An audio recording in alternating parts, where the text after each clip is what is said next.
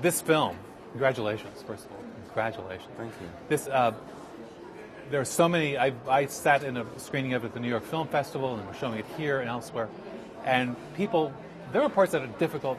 It's no secret, difficult to watch. Some people had to hide their eyes. Some people leave the theater. They come back, but they time it. When you read the script, did that level of intensity, was that obvious at the time? Was it evident when you were starting to make the film? Or as the filming unrolled, is that when you realized this is a physically powerful film? Well, I think it was always, I think I knew from, there was, I suppose in the way you start at the beginning of all that, it's that, to tell this story, you had to tell it. To tell Solomon Northup's story, to do it justice, to understand it, you know that there was going to be elements where he's put into situations that are complex, that are difficult. And I think that when I read the autobiography, it's very descriptive and it's very extreme, the autobiography. And I was aware that Steve was somebody who was going to be able to find a balance between that, between telling a story but not. I think if every bit of violence or whatever was put in that is in the book, I think it would have been. I don't think it would have been possible to do that as a film in all conscience. So what Steve manages to do, I think, is to actually use violence in a very limited way, but really bring the audience into that so that they feel more than they actually see, and that's actually just a very skillful bit of filmmaking, which is why when people go back to watch the film again, they actually realize, oh, there wasn't actually that much violence in the film. I just felt it because I felt for the characters, I felt for the people involved, I felt for their situation. So I think that's what Steve has achieved, that actually is pretty spectacular.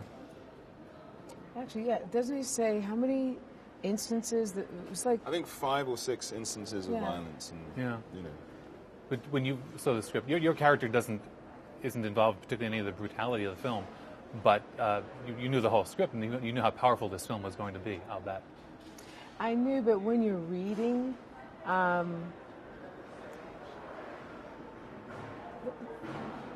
you usually, when there is something difficult that an actor has to do, well, I do this. I scan through, or I'm reading, and I go, okay. And you go day of.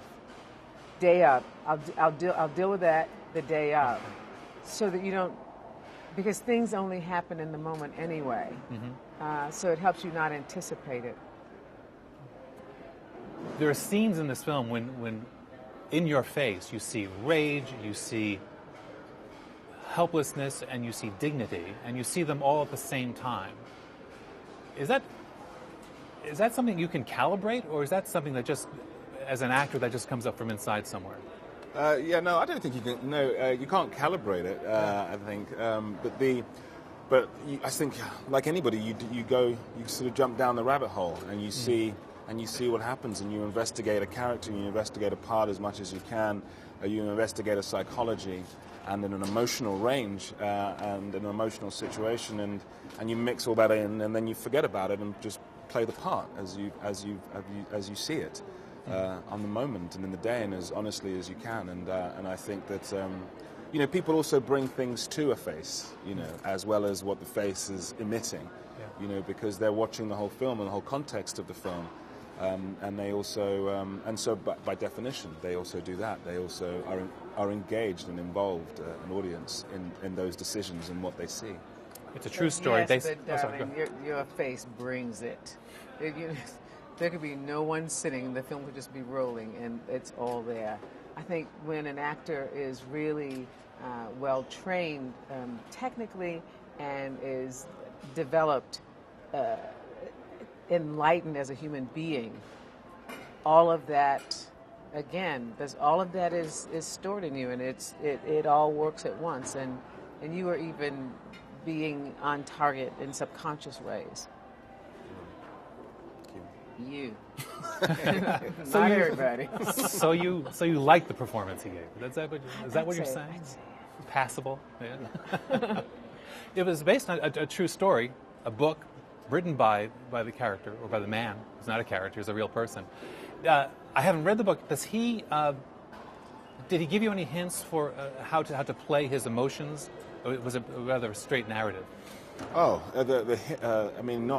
just hints. I mean, his entire book is just a kind of detailed analysis of his own of his own journey, his own perception, and he writes it with this kind of extraordinary poetic beauty, but a kind of restraint, a humility, a dignity, even when describing these incredible events. You know, he has a kind of, he steps back from it and he's able to talk to you about it with kind of an open heart and a beautiful voice. And you really recognized, I recognized in there that it was trying to find him that this journey was about for me. You know, just trying to connect to Solomon Northup, to try to understand the psychology of somebody that can survive something like this with his mind intact and have the agency to write about it with such humility immediately after the events, you know. And that, I think, so all through the book, all of the book is just this kind of detailed character study of a very, I think, remarkable man.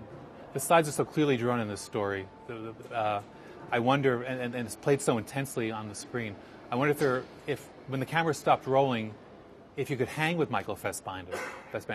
Is that possible to turn it off when the camera's that going? was very important, actually, when we were shooting, to not try and carry too much of that into just going home or into the evenings, and you know, just to try and give 100% right there on the day. Yeah. And then allow cut to mean cut. Mm-hmm. And you know, the way in which we shot was that people were coming in, you know, over, like, some people coming in over some of the weeks, people were leaving, so we'd have dinners to greet everybody, we'd have dinners when people were leaving to say goodbye, you know, so it became very, I mean, that's when we first met, and so it became there was a social aspect to everything as well, and we could talk, and it was very engaging and fun, and then with the knowledge that, you know, Monday morning we're right in there. Yeah.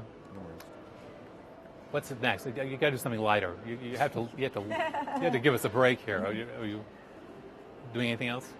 Well, I don't know really. What I'm going to do, I think, is, you know, it's been fascinating. It's hard at the moment to actually really get my head fully into something else, you know, because there's a lot of this happening at the moment and a lot of stuff about the film, which has been very exciting and very thrilling, and I'm kind of in a way committed to doing that and talking about the film. I'm still very excited to do that, and I'm finding that the conversations that I'm having with people are fascinating in terms of what the film brings up, and actually it makes me understand the film in different ways as well, even through this process. So I'm very engaged with that at the moment, but I'll let you know.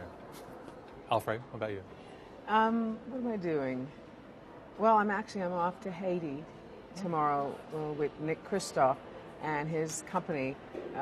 They do Half the Sky, and it's in that independent lens for PBS, and I'm going to meet with a woman who runs schools for indentured children, and so we're going to focus on education in Haiti.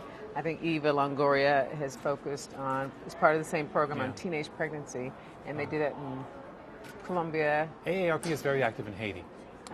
We're doing very good work there. Well, that doesn't surprise me. You have to talk to us about that. Yeah. Alfre and Chiwetel, thank you so much for your time. Thank you for being here. We really appreciate it. Congratulations on a masterpiece, really. Thank you. Excellent. Thanks.